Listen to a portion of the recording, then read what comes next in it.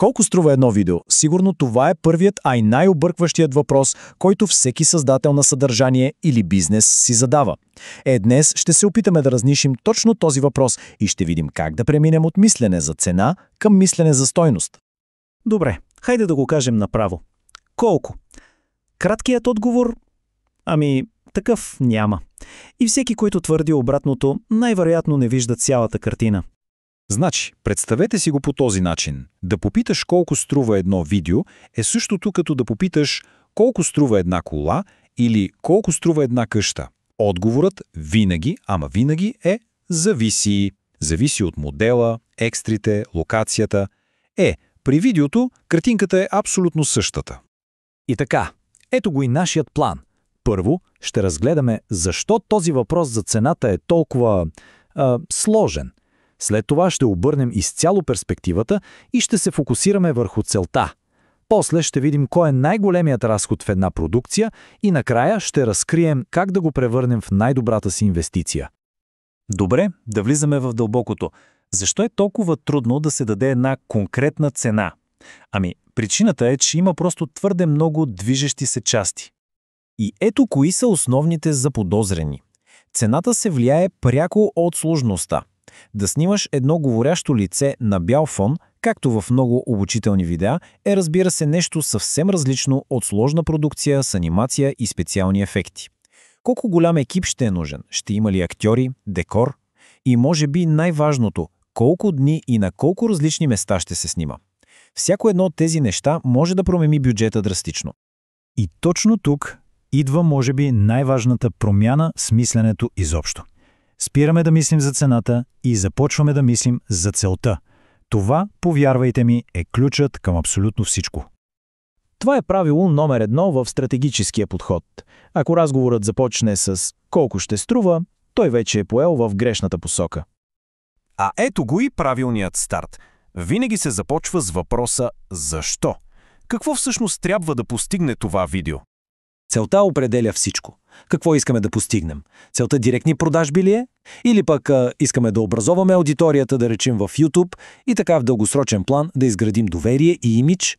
А може би видеото е инструмент, с който да се привлекат най-добрите таланти в компанията? Щом целта стане ясна, тогава и бюджета започва да придобива смисъл. А ето и един съвет, който е направо златен. Ако попитате колко струва едноминутно видео и някой ви отговори с конкретно число, без да зададе нито един въпрос за целите ви, това е огромен червен флаг. Защо ли? Защото професионалистите разбират, че те не продават секунди видео, а помагат за постигането на бизнес резултат. Те са стратегически партньори, а не просто хора, които натискат копчето за запис. Добре, стратегията е ясна. Сега да минем към по-практичната част. Къде всъщност отива най-голямата част от бюджета? Да, точно така.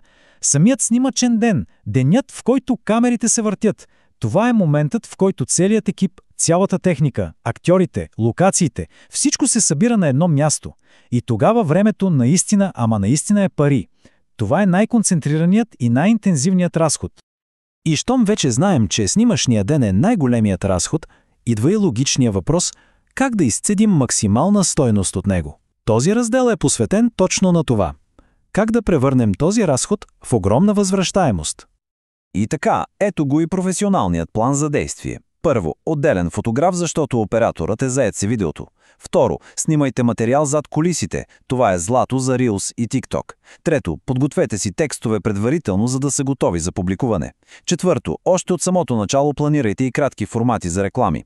И накрая пето, един трик, който е толкова прост, че е направо гениален. Носете резервни дрехи, за да изглежда, че съдържанието е снимано в различни дни.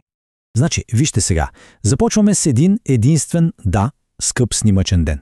Обаче, ако приложим правилната стратегия, резултатът се превръща в съдържание за цял месец напред.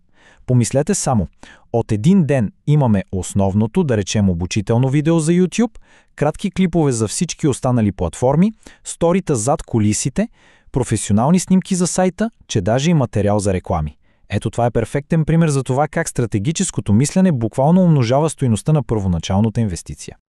И още нещо, един бонус съвет за тези, които създават съдържание редовно, направете си архив. Една библиотека с кадри, която може да се преизползва отново и отново. В дългосрочен план това спестява страшно много време и, разбира се, пари. В края на краищата всичко се свежда до това, нали? Тук не говорим просто да се създаде някакъв еднократен продукт. Говорим за инвестиция. Инвестиция в актив, който може да работи с месеци, дори с години напред, ако всичко е планирано правилно. Така че ще завършим с един въпрос за размисъл. Следващия път, когато се планира видео, помислете. Това просто разходлие в екселската таблица или е стратегическа инвестиция, която ще носи стойност дълго след като камерите са спрели да снимат? Отговорът, както вече разбрахме, зависи изцяло от подхода.